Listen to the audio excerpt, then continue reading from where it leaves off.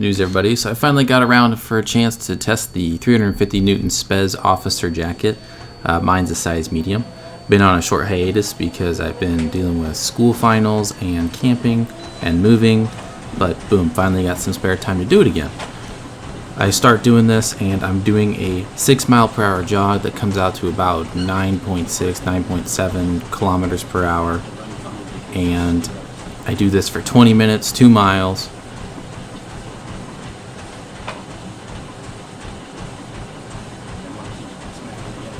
One of the first things you might notice looking at this, I'm wearing a lot more than just that jacket. I've also got an Absolute Fencing 350 Newton HEMA mask on, and I have from Wooden Swords the single stick and rapier gloves. I also have a pair of old catcher shin guards, brand I'm not even really totally sure about. I don't know if it's even sold anymore. And you notice they're already causing me problems, and I take them off really shortly into the experiment because they're rubbing and banging against each other way too much for this.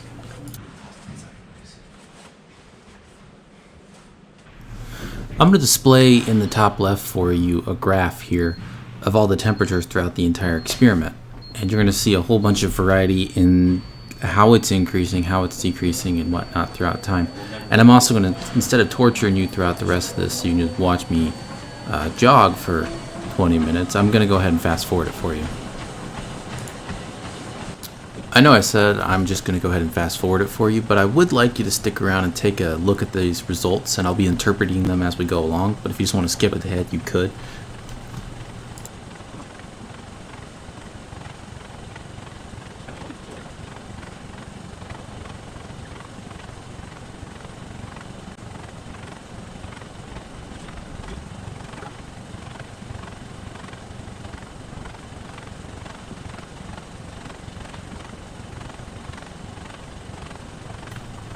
So it's now been just a little bit over 5 minutes, and the temperature is already beginning to plateau.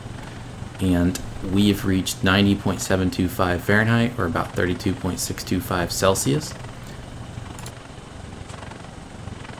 Take a look at the slope in the top right. 1.2 Fahrenheit is about double the slope of most of my sparring sessions.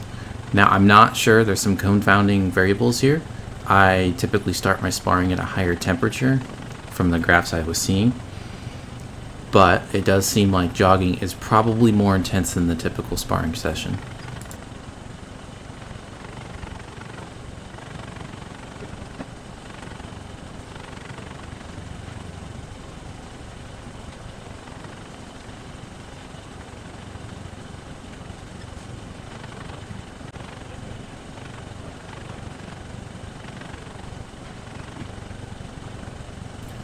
To my surprise, throughout the rest of this jog, I just plateau at the same temperature, which is telling me that there's enough air circulation going on inside of my jacket that my temperature just isn't increasing. I kind of imagine it like a balloon squishing in and out. That's what I felt going on too. All that air is coming in, fresh air is coming in, hot air is getting pushed out.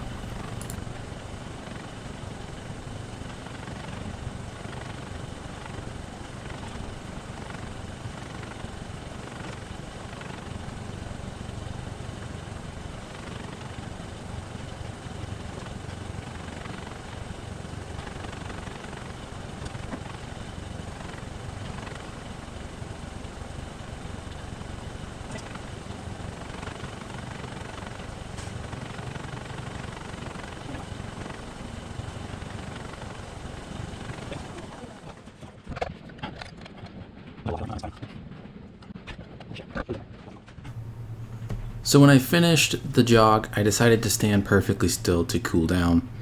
And the goal by that was to create the minimal amount of heat from my body. The more physical movement, the more heat. And I believe that did the exact opposite of what I was expecting it to do, because there was a huge spike in heat. The biggest takeaway I can give away at this point is when you're done sparring, open your jacket up. Make sure you're getting some air circulation through there, because the temperature shoots up super high after you're already exhausted. And some of the symptoms I was already starting to feel and had for kind of the rest of the day. I was having a mild headache. I was super dehydrated, very, very lethargic, huge feeling of just like probably lactic acid buildup. It was all there, all the 9 yards. So while I've provided the numbers, I've provided the graphs, and I've done the experiment, I still haven't answered the question of whether or not thermally this is a good jacket. Does it keep you cool well?